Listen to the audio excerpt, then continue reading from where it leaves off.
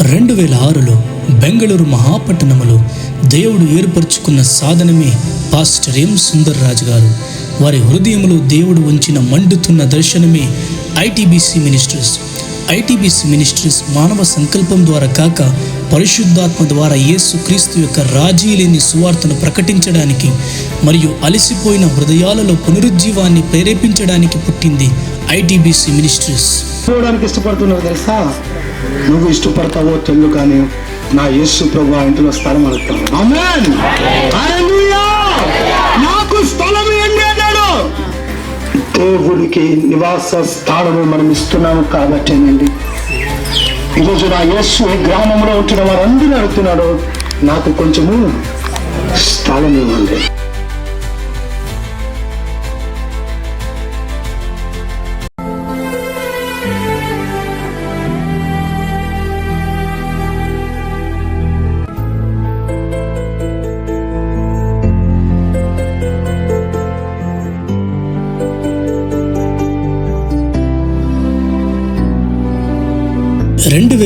సంవత్సరములు ప్రపంచమంతా మహమ్మారితో కదిలిపోయి సువార్తకు వ్యతిరేకంగా హింస తలెత్తినప్పుడు శత్రువు దేవుని ప్రజల గొంతును అణిచివేయడానికి ప్రయత్నించాడు.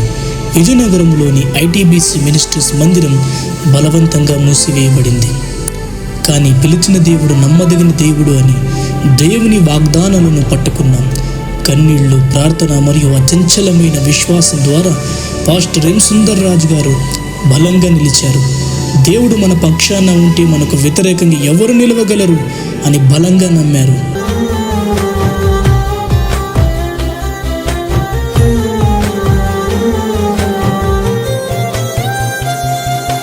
నిందలు అవమానాలు సహించుకుంటూ నీ రెక్కల నీడనే ఆశ్రయించాను. నిందలు అవమానాలు సహించుకుంటూ నీ రెక్కల నీడని ఆశ్రయించాను. నీ వాగ్దానములను చేతపట్టి నీ వాగ్దానములను చేతపట్టి నీ ముఖముపై దృష్టి ఉంచినానయ్యా. నీ ముఖముపై దృష్టి ఉంచినానయ్యా. అద్భుతం చేయుమయా నా జీవితంలో. 2024లో 32 రోజుల ఉపవాస ప్రార్థన తరువాత ప్రభు దర్శనాన్ని అందుకున్న పాస్టర్ ఎం సుందర్ రాజు గారు దేవుడు ఇచ్చిన స్థలములో పునాది వేసి నూతన మహాదేవుని గొప్ప మందిర నిర్మాణం ఆరంభించారు.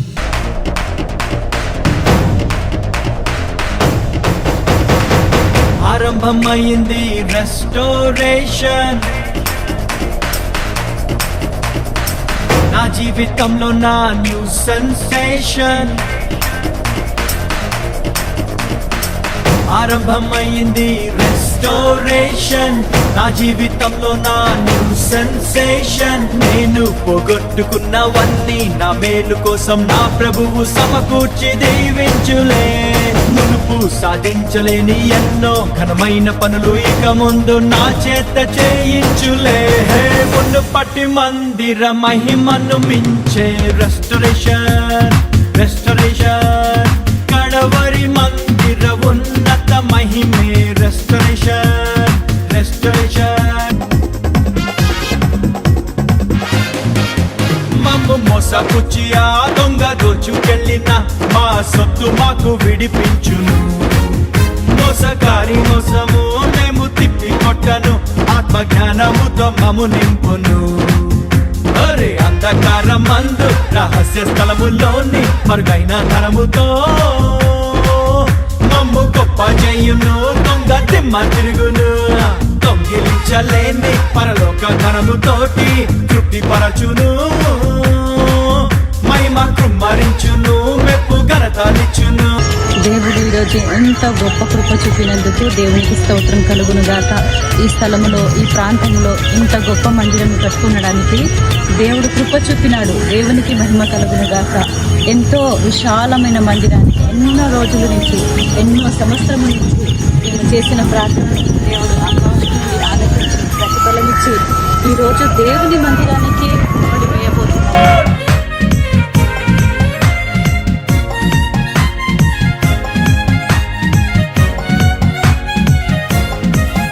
మా జీవితాలలో దైవ చిత్తమంతయు మేము చేయున్నట్లు కృపనిచ్చును.